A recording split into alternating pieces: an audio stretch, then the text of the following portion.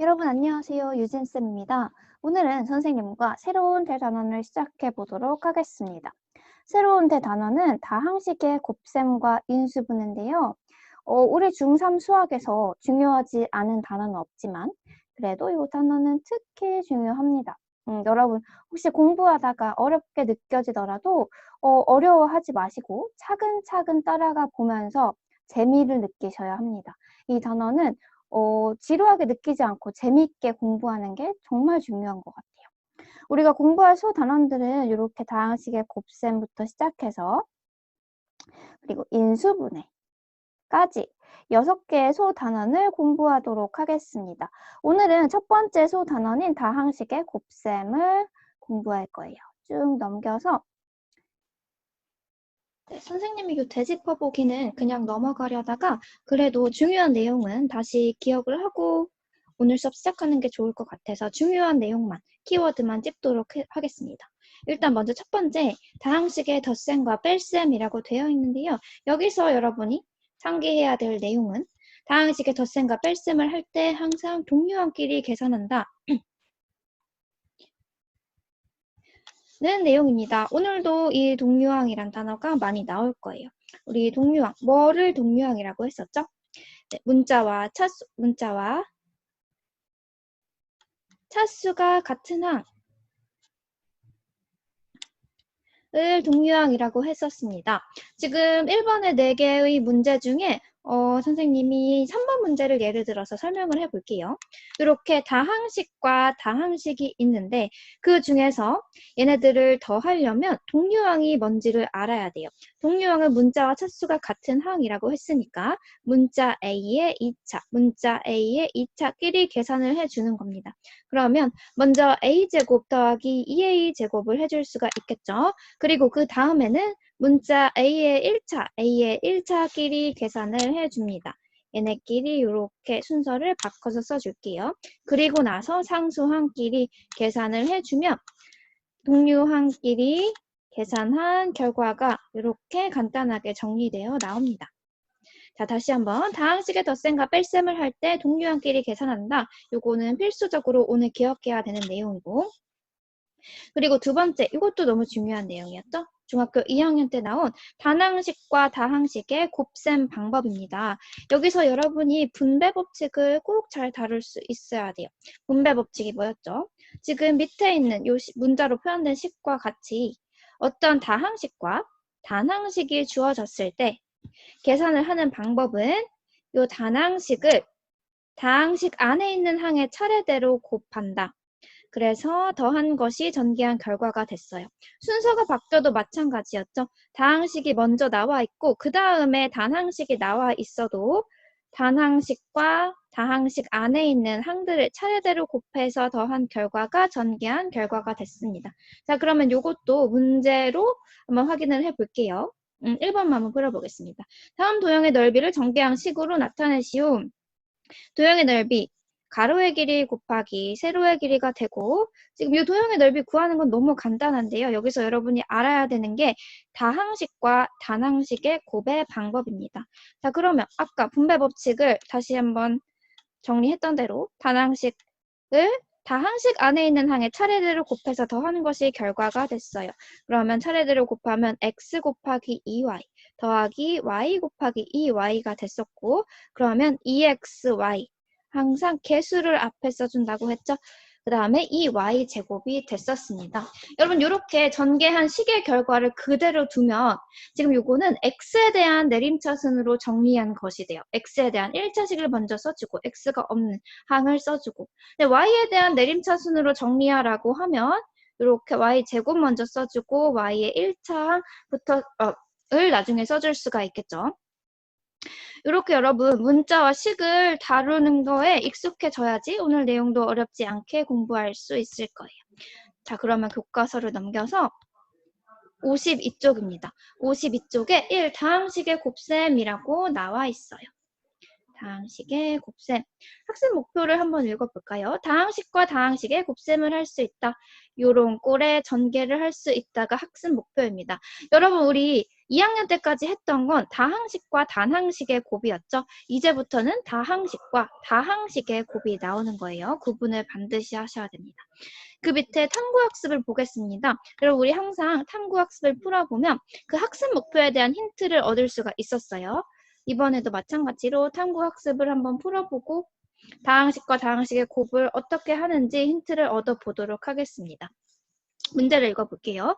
다음 그림과 같이 대수막대로 만든 직사각형을 보고 물음에 답하여 보자. 자, 그림을 보면 대수막대 4개로 직사각형 하나가 만들어져 있고 그림 2를 보면 이 4개의 직사각형이 쪼개져 있어요. 이거를 보고 1번 문제를 보겠습니다. 1번 전체 직사각형의 넓이를 가로의 길이 곱하기 세로의 길이로 나타내보자 라고 되어 있어요. 그러면 그림 1의 가로의 길이가 A 더하기 B였고 그리고 세로의 길이가 C 더하기 D입니다.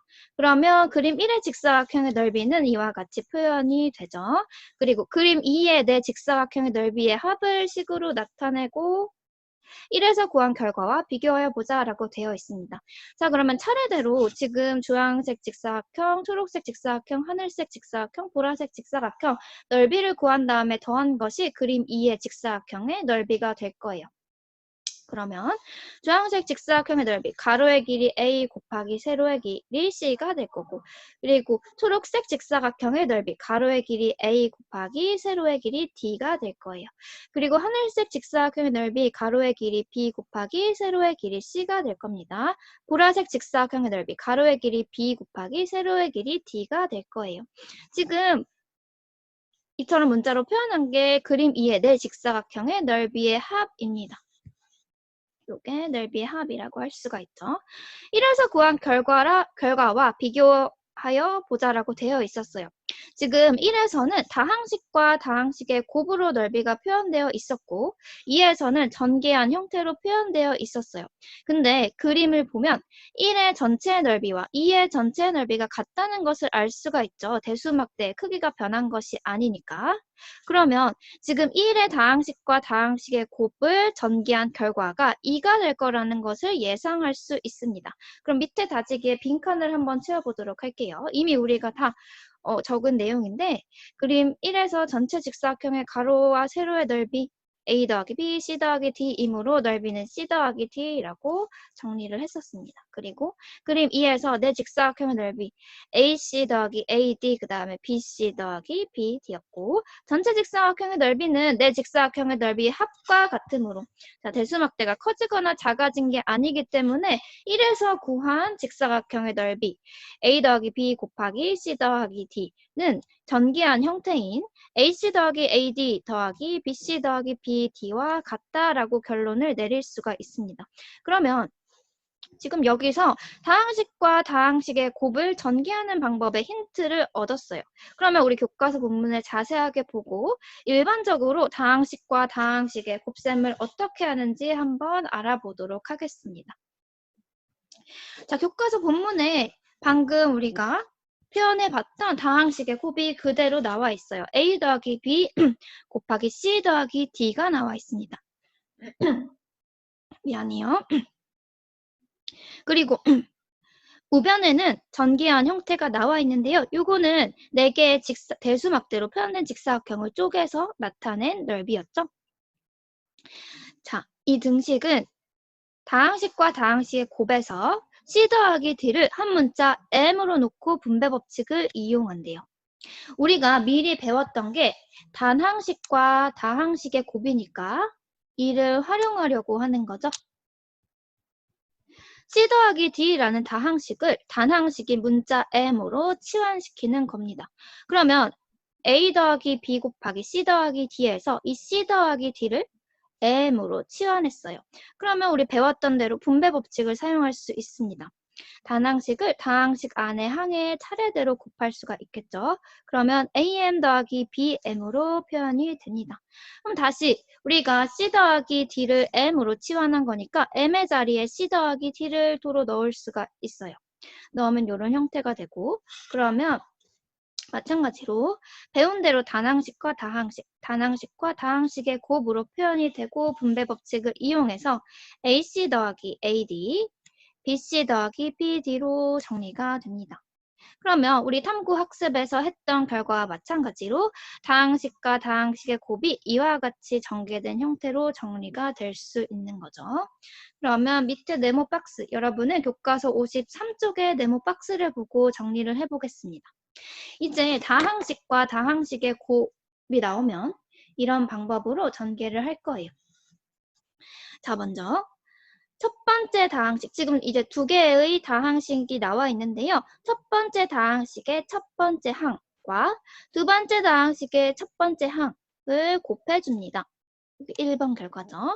개와 더하기 A, 첫 번째 다항식의 첫 번째 항과 두 번째 다항식의 두 번째 항을 곱해줍니다. AD 더하기 첫 번째 다항식의 두 번째 항과 두 번째 다항식의 첫 번째 항을 곱해줍니다. BC 더하기 첫 번째 다항식의 두 번째 항과 두 번째 다항식의 두 번째 항을 곱해줍니다. 그러면 AD. 빠지는 문자 없이 서로 곱해졌고 이들을 더한 게 전개한 형태가 돼요. 선생님이 말로 풀어서 설명하느라 이렇게 길어지는데요. 여러분은 이 화살표만 그대로 따라가시고 빠지는 문자가 없이 곱한 다음에 더한다 라는 사실만 기억하면 어렵지 않게 전개를 할 수 있을 거예요. 그러면 밑에 예제를 보고 한번 연습을 해보도록 하겠습니다. 풀이가 나와 있는데 선생님 풀이를 한번 따라가 보세요. 문제 다항식과 다항식의 곱이 나와 있어요. 여러분 먼저 이게 다항식과 다항식의 곱인지 눈에 확 보여야 돼요. 그러면 방금 배운 전개 방식대로 전개를 할 수가 있겠죠. 첫 번째 다항식의 첫 번째 항, 그리고 이렇게 화살표 1번. 첫 번째 다항식의 첫 번째 항, 그리고 이렇게 화살표 2번. 첫 번째 다항식의 두 번째 항, 화살표 3번. 첫 번째 다항식의 두 번째 항, 화살표 4번. 이렇게 곱해서 더한 것이 전개한 결과가 될 거예요. 그러면 오른쪽에 정리를 해보도록 하겠습니다. 화살표대로 1번 화살표 5A 곱하기 B가 될 거고 2번 화살표 5A 곱하기 4가 될 거고 3번 화살표 2 곱하기 B가 될 거고 4번 화살표 2 곱하기 4가 될 거예요. 이거를 간단하게 표현하면 5AB 더하기 개수는 항상 앞에 써준다고 했죠. 20A 2B 더하기 8이 됩니다. 이게 방금 문제에서 주어진 다항식과 다항식의 곱을 전개한 결과가 되는 거예요. 자, 여러분 여기서 하나 생각해야 될 게 지금 아까 되짚어 보기에서 동류항이 있으면 항상 동류항끼리 계산해 준다고 했죠?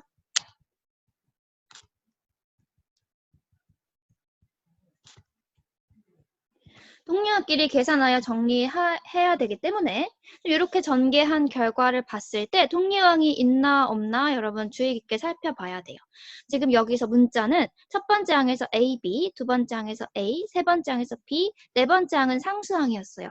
그러면 지금 이 전개한 결과에서는 동류항이 없는 거예요. 그럴 경우 그냥 써줘도 되지만 동류항이 나온다면 꼭 계산해서 간단하게 정리해야 됩니다.